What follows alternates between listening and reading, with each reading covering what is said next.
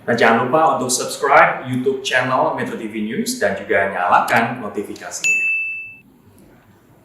Lalu pemirsa, apakah di mata pengawasan Perpu ini akan efektif untuk mencegah terjadinya klaster baru pemilihan serentak? Kita akan langsung tanya tanggapannya kepada anggota Bawaslu Ratna Dewi Petalolo. Selamat sore Bu Dewi. Selamat sore Mbak Najwa.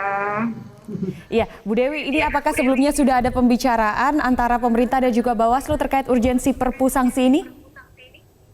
Ya, memang beberapa hari yang lalu ya ada pertemuan yang diinisiasi oleh Menko Polhukam ya terkait dengan wacana untuk menerbitkan Perpu.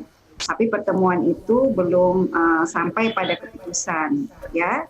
Nah, tentu kita sebagai pengawas pemilu ya, kalau memang Perpu ini bisa menjadi jalan keluar terhadap kebuntuan kita untuk kemudian melakukan penindakan terhadap peristiwa-peristiwa yang terjadi berupa kerumunan massa, ya tentu ini bisa kita dorong. Tetapi sesungguhnya ya Perpu ini hanya merupakan salah satu alternatif pilihan yang bisa kita lakukan. Karena kita sebenarnya juga bisa memilih jalan yang lain.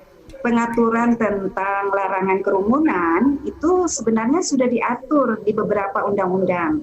Ada undang-undang kekarantinaan kesehatan.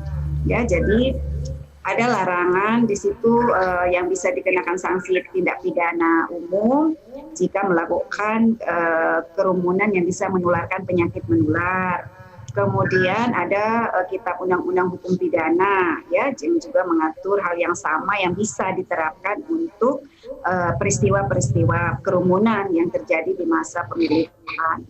Dan juga di dalam PKPU 6 tahun 2020 juga sudah diatur bagaimana melaksanakan tahapan pemilihan dengan protokol kesehatan. Tinggal kita memperbaiki PKPU ini dengan mempertegas sanksi. Jadi jika terjadi misalnya kerumunan di masa kampanye, ya sanksinya itu harus ditegaskan. Apakah kampanyenya dihentikan, kemudian peserta tidak boleh mengikuti kampanye di putaran berikutnya, atau ada sanksi lain yang bisa diberikan. Ya, jadi tidak perlu lagi kita mengeluarkan Perpu. Tergantung kebutuhan kita Perpu ini untuk menyelesaikan masalah apa. Karena tentu jika kita ingin bahwa ada sanksi berupa diskualifikasi, maka tentu tidak bisa hanya lewat peraturan KPU, harus melalui undang-undang. Nah, melakukan revisi terbatas dengan waktu yang sangat pendek ini kan tidak memungkinkan. Memang jalan keluar yang paling memungkinkan adalah mengeluarkan Perpu. Nah, ini Perpu ini bisa menjadi alternatif sebenarnya dari ketersediaan regulasi kita.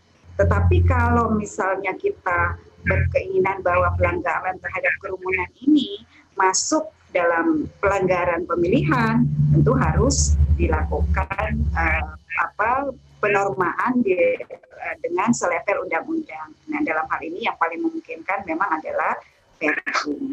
Jadi itu Mbak Najwa. Jadi bagi Bawaslu, selama Perpu belum dikeluarkan, berarti penegakan hukumnya tentu kita lakukan dengan dua pendekatan. Pendekatan undang-undang di luar undang-undang pemilihan dan pendekatan untuk penyelesaian tindak pidananya kita gunakan undang-undang di luar undang-undang pemilihan, maksud saya.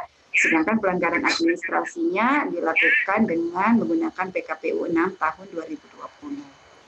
Baik Bu Dewi, jadi memang harus jelas sekali begitu ya sanksi apa yang akan ditetapkan melalui Perpu ini. Tapi jika dilihat dari Bawaslu, poin apa yang terpenting untuk dimaktubkan dalam Perpu ini?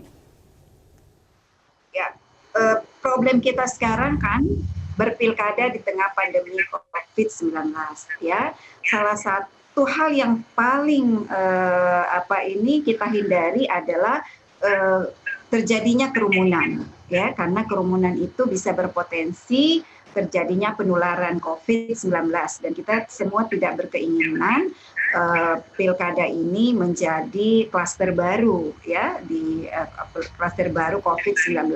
Walaupun kita tahu memang pilkada tanpa kerumunan itu satu hal yang tidak mungkin karena memang pemilu sangat identik dengan kerumunan.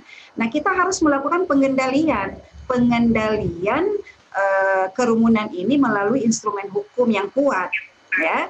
Nah, sehingga memang harus ada aturan yang jelas dan aturan itu harus ada sanksi yang tegas karena sebuah larangan tanpa ada sanksi yang tegas seringkali itu tidak akan bisa kita tegakkan. Makanya inilah pentingnya kita membuat aturan ya, larangan, bentuk pelanggarannya seperti apa, bentuk larangannya seperti apa, kemudian subjek yang mau diatur ini siapa, apakah setiap orang yang melakukan kerumunan ataukah subjeknya ini pasangan calon, tim kampanye ya, atau pelaksana kampanye ya, sehingga nanti jelas proses penegakan hukumnya. Kemudian sanksinya yang akan diberikan, apakah sanksi tindak pidana pemilihan atau sanksi administrasi seperti usulan tadi dari Mbak Titi. Saya kira itu harus dirumuskan secara baik. Baik, Bu Dewi, terima kasih banyak atas waktunya di Election Update. Nanti jika perpunya sudah diterbitkan akan kita kaji kembali bersama Bu Dewi untuk ditinjau ya Bu Dewi. Terima kasih banyak dan pemirsa.